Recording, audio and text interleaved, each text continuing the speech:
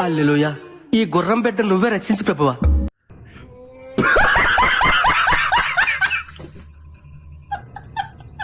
వెనక నుంచి వచ్చి పట్టుకుందాం అనుకున్నాను నేను.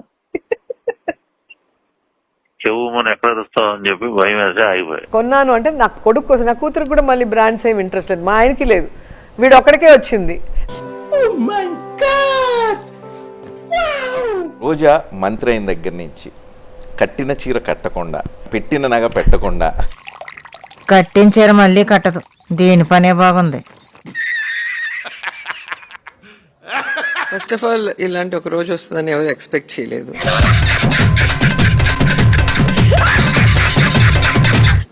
మంచి చేసాం కానీ ఓడిపోయాం.